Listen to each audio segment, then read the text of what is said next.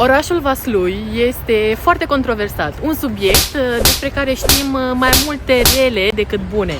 Dar eu vreau să vă arăt că orașul Vaslui este un oraș îngrijit, frumos și sigur al României. În loc să o iau așa spre liceu la dreapta, mă duceam la stânga. Asta e intrarea veche în Copou. Este cu atât mai frumos. Mă fugeam de mama. Și aici, mamă, colivă. Și îmi lua și mie un pahar așa mic de bere. Moldovenesc? O biserică ctitorită de Ștefan cel Mare. Vezi că telefonul să mă duc să not. Ce nu vrei să noți?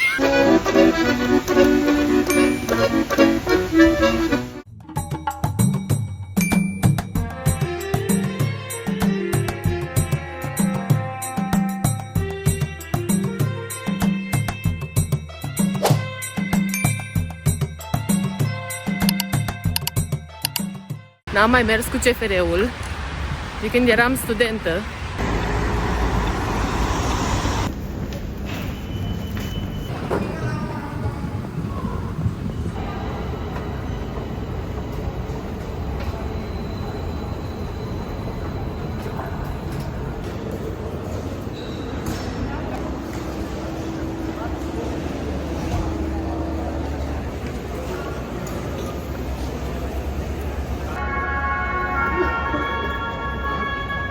Să vedem cum o să fie. Eu am vagonul 2.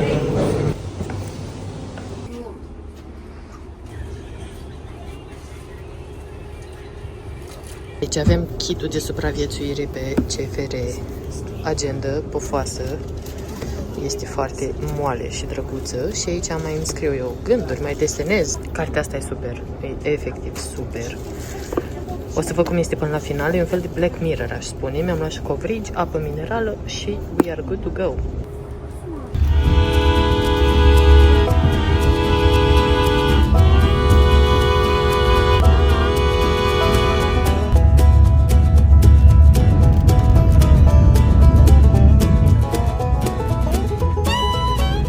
Deci este absolut execrabil ce se întâmplă. Am stat 40 ceva de minute în câmp doar pentru a trece alt tren. Prețurile sunt mari pentru ce se oferă. Mi-ai luat o soră! E familie! Cum o numim? Nu știu, CFR! Și am ajuns la Vaslui, la rădăcini, la origini, cu mămica. Cu avionul vine acum. Cu avionul nu se poate. Să mergi, mamă, cu trenul, asta e abject. Biserica lui Ștefan. Și fata lui Vieru.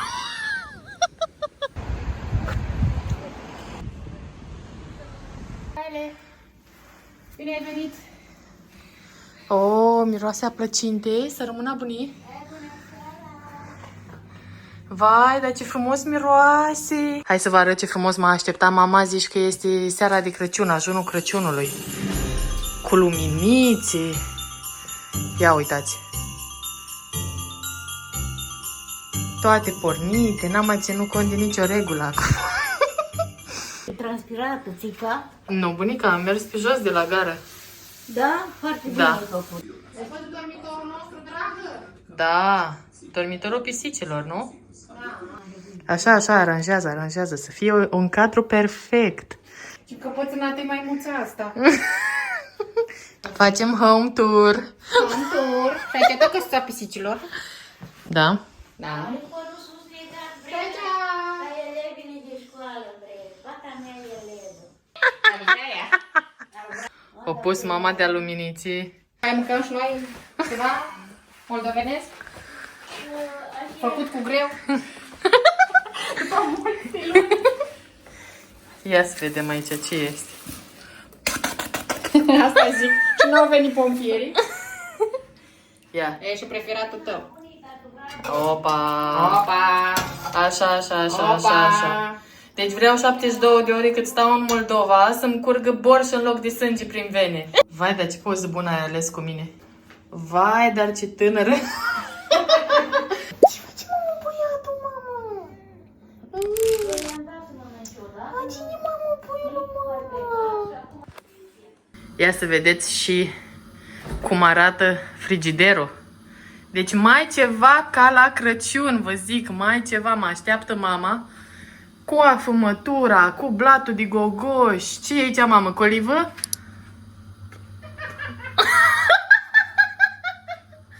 Ia. Să știți că eu nu-mi bag așa nasul de obicei în casa oamenilor, dar aici am locuit 19 ani, adică pot să deschid și să filmez frigiderul. Nu sunt așa nepoliticoasă în mod normal. Hai să mai încălzești borșul ăsta că nu mai pot. Îmi pierd stamina, hai! Dar ai pus și tu niște sare pe ceapa asta, da? Binecuvântează-o cu niște sare, te rog. Bună dimineața de la Vaslui. Asta era priveliștea unde fumam eu țigări pe ascuns. Pe ascuns spuneai tu, plădeai tu.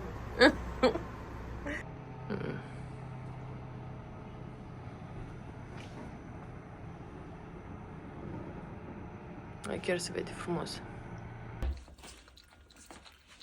S-au schimbat vremurile. Costel înainte o bătea pe ducesă. Nu am văzut. Ca să mănânce el primul. Și acum așa timid. Uite ce timid vine. Când mi-a scos mama coliva. Mama, deschide și tu coliva ca să iasă cadru ferm. Stabil. Repet, coliva e pentru alte suflete, pentru noi ăstea. A făcut mama desert. De asta. Nu, desert, mic dejun. Mic dejun sănătos, cu ovăz și chia, cu cacao. Și ce să stea pe... Ah! Chiar am vrut să te întreb. Ce e asta? Ai tare idee, ai drăguț, mulțumesc. Chiar e simpatic.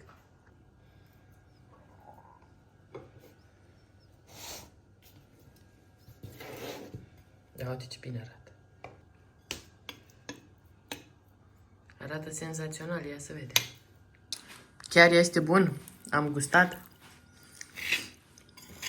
Nu fac acest video cu mama în dreapta mea. Am o coadă din mătură. Nou-nouță. Ducesa. Ducesa.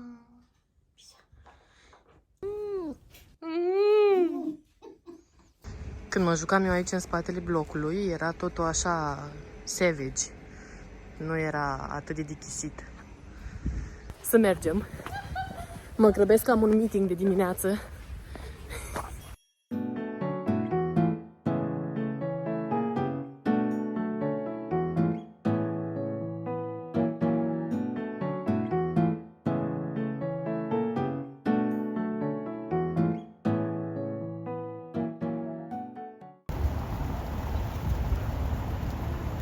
Deci centrul orașului Vaslui, cu statuia lui Ștefan, nu puteam să începem altfel, că eu chiar în centru stau, nu pot să pornesc de la margine.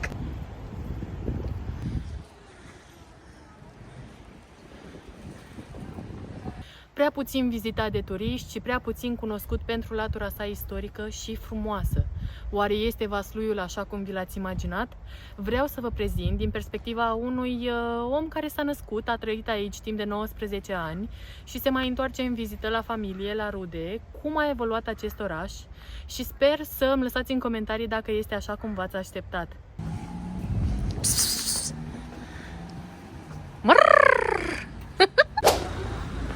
Bun, începem cu Biserica Adormirii Maicii Domnului. Mergeam la fiecare Paște aici.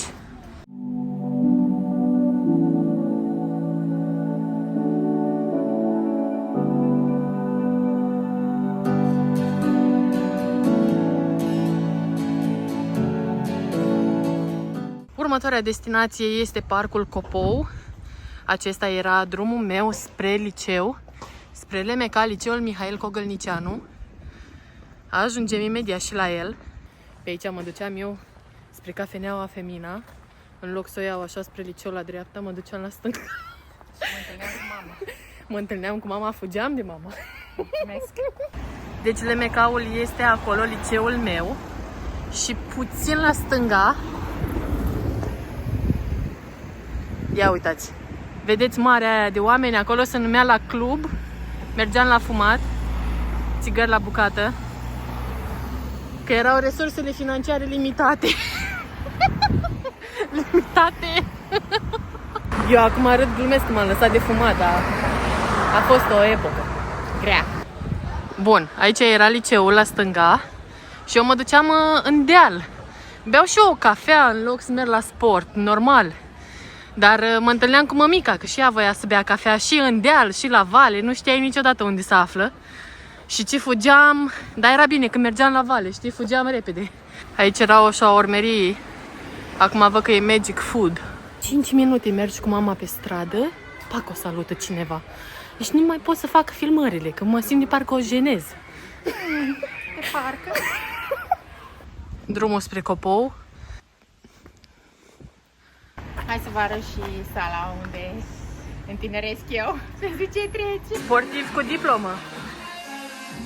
Hai să vedem sus. Ziua! Mă bucur să te vedem. Sala noastră de la Vasprey, Super Campus Power Gym. Foarte dotată sala, toate celea. Și dacă vreți un antrenor, uitați. Suntem 3 antrenori, eu sunt singura fată. Să leagă și prietenii aici frumoase. Puteți să vă faceți cel mai bun prieten aici. Să vă faceți prieteni, ia uitați. Cele mai frumoase prietenii. Păi. Și aici este parterul, este sala dispusă pe 2 etaje. Ia. Cât faci cel mai mult? O oră? Ați înțeles, da? Mama mea, da? Am plecat de la sală, deci magazinul ăsta vreau să vă zic că de când eram eu mică este aici, lângă Copou, mereu îmi luam o apă sau ceva de aici, înainte să mergem către Copou. Copoul este super cunoscut, probabil l-ați auzit și de Super Copou la Iași. Indiferent de sezon, Parcul Copou este o atracție turistică a orașului Vaslui. Acum este toamnă, este cu atât mai frumos pentru că avem copacii care au așa o aliură foarte tomnatică.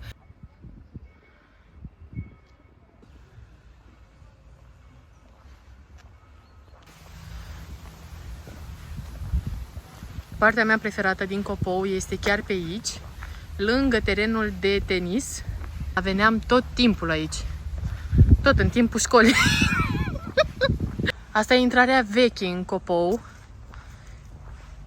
și foarte fermecătoare. Este o zonă atât de frumoasă și de îngrijită. Indiferent de sezon, Copoul este foarte frumos și cu siguranță dacă ajungeți prin Vaslui, trebuie să treceți și pe aici, să-mi spuneți cum vi se pare.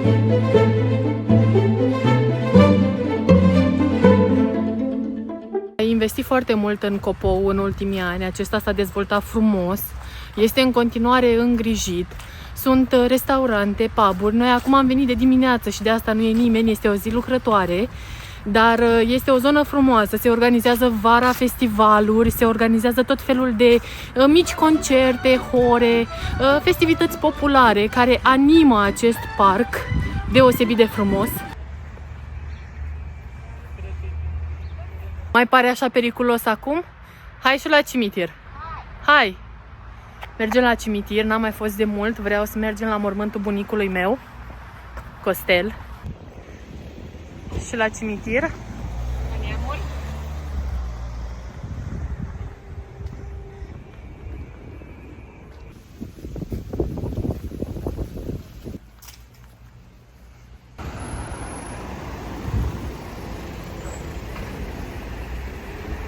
Acesta e spatele blocurilor, în spatele blocurilor cum arată.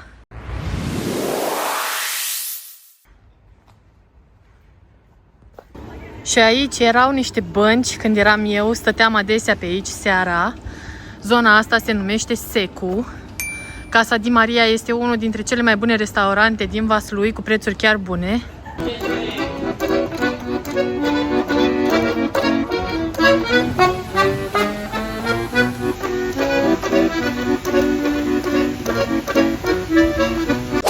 Zona Secu, unde s-au dat mereu mari campionate de șah și de table, cu muzeul în față. Monumentul acesta istoric, chiar lângă Judecătoria Vaslui, care este în renovare, avea așa niște scări foarte frumoase în față. Îmi făceam eu poze pe aici, în tinerețe. Aici e cofetăria Miaunel.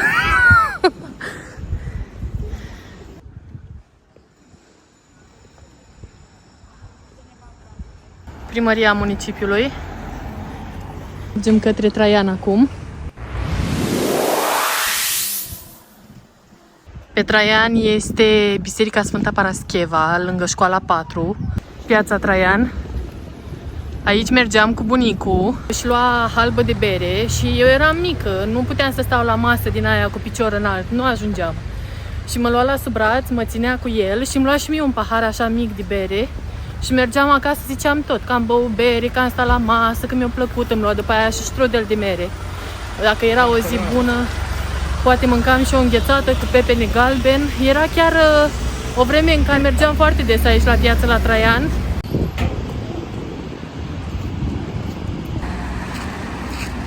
Aici era o cofetărie. Uite, încă mai este patiseria asta, cofetăria asta. Îmi luam de aici strudelul. Era foarte bun pe vremuri, nu mai știu cum e acum. Acum mergem spre școala 6. Intenția mea este să vă arăt locuri total întâmplătoare din spatele blocurilor, cum arată Vasluiul. Căminul de la Anghel Rugină, de la liceu, este abandonat. Pe aici mergem spre școala 6, unde a învățat și subsemnata. Și ieșeam în fiecare an de ziua lui Mihai Eminescu în ianuarie. Știu că era un frig, era un ger. Ieșeam în uniformă, aveam, bineînțeles, până în clasa 8 am avut uniformă, am făcut 1-8 aici la școala 6 și trebuia să recităm poezii în onoarea, în memoria lui Mihai Eminescu. Nu e Parisul, nu este Londra, este un mic oraș din România. Un oraș în care am locuit până la 19 ani și care mi este foarte drag. Și îmi doresc să-l prezint tocmai pentru că nu există materiale despre acest loc, din contră. Sau dacă există, sunt clasificate ca știri senzaționale, îngrozitoare și așa mai departe. Pe dreapta este liceul Anghel Rugină, liceu economic. Și aici, pe stânga, este o intrare secretă către un loc foarte frumos. Nu era când stăteam eu în Vaslui, dar au renovat și au făcut super frumos. Chiar lângă școala 6 este Biserica Sfântul Ioan Botezătorul, cea din spatele meu. O biserică ctitorită de Ștefan cel Mare în secolul al XV-lea. Și este o zonă cu istorie. Este o zonă care a fost renovată, arată foarte bine, sincer. Nu știu cum de nu m-am gândit mai de mult să fac un clip de la Vaslui. Acesta este situl arheologic Curtea Domnească Vaslui. Este intrarea gratuită, chiar lângă Biserica Sfântul Ioan Botezătorul. Un sit arheologic renovat recent. În ultimii ani a început chiar să înflorească zona aceasta cu Biserica Sfântul Ioan Botezătorul. Foarte liniștit și frumos renovat. Aproape de centru și eu zic că poate să fie vizitat. Merită. Într-o zi, dacă veniți la Vaslui. Clădirea aceasta, din păcate, este lăsată în paragină. Se numește Clubul Copiilor. Nu, mama? Cum se numea? Clubul Elevilor? Acest imobil a cunoscut multe nume. În secolul al XIX-lea, când a fost construită, s-a numit Casa lui Mavrocordat, purta numele celui care a construit-o și ulterior, pe timpul lui Ceaușescu, s-a numit Palatul Pionierilor. Astăzi este doar o umbră a ceea ce a fost cândva. Stația de autobuz. De pe vremuri stația asta. Și drumul spre stadion. Centrul Cultural Vaslui, cu Monumentul Eroilor. Pe aici se țineau petreceri. Acolo se ținea petrecere. Aici era Blisul. Nu știu dacă mai e Blisul? Da, încă mai este.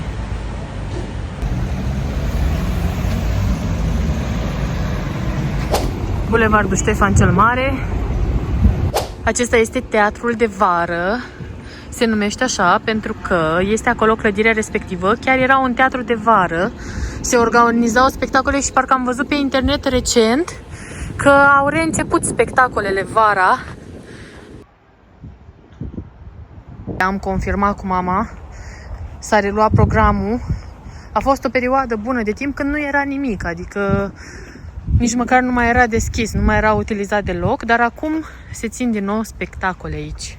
Am mers acasă, am făcut refilul, mi-a dat mama frumos mămăligă cu brânză, cu carne. Nici n-am mai apucat să filmez de foame ce mi-era.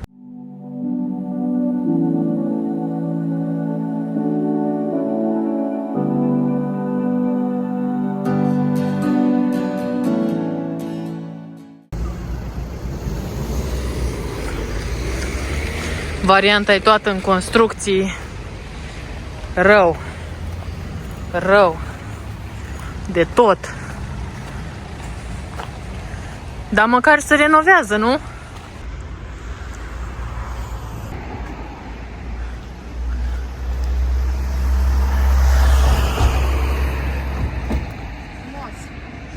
Exotic. Amazon!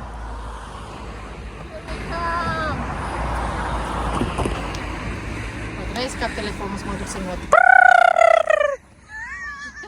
Dar de ce nu vrei să noți? Adică vrei să fac ăștia o competiție specială pentru mine când mor vedea cum dau din aripi? Eu zic, suntem pe raza județului Vaslui, primele de azi care au făcut 20.000 de pași.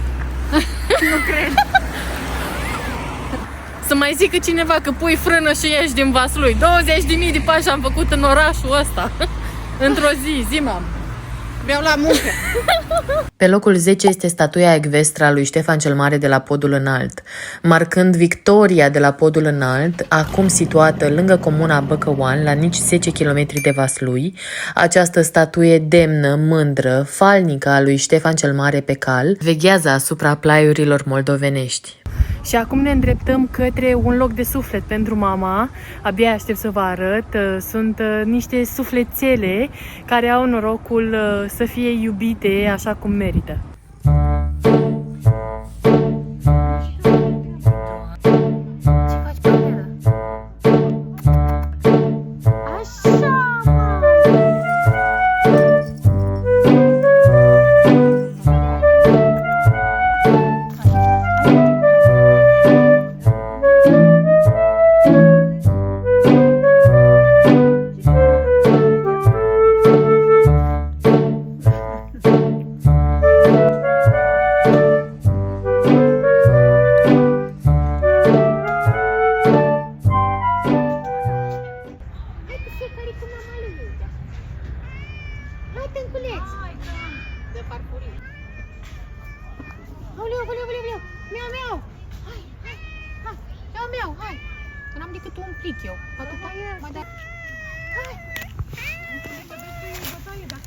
Dragostea lui mama!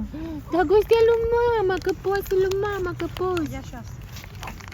Uite ce mușchi are băiatul meu la sală, ia uite aici!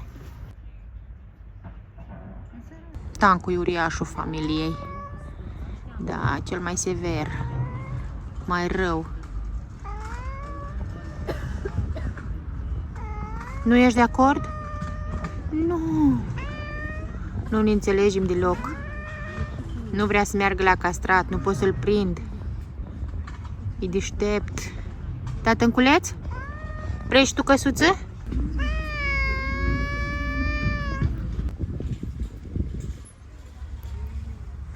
Scârț, burghezul meu. Are vreo 3 ani. A fost aruncat aici. N-am mai plecat. Am devenit prieteni. Și nu cred că o să ne despărțim curând. E pisicul perfect. Modul, jucăria noastră, copilul nostru, 1 an. Avatar, al 2-lea copil al nostru. Și el are tot 1 an. Și el a fost abandonat. Arată-ne tu ochii tăi de avatar, ia! Repede își găsește el culcuș. După ce se joacă toată ziua. Ți-o luat locul, Ce-a făcut? Ți-o luat locul, mamă?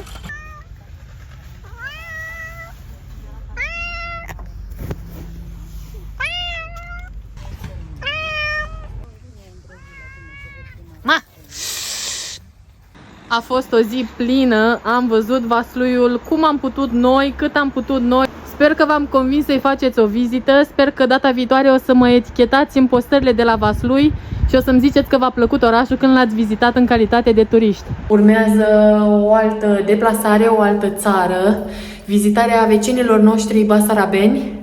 Așa că nu uitați să mă urmăriți în caz că vreți să vedeți următorul episod cu jucăriile pisicilor cu tot. Și noapte bună!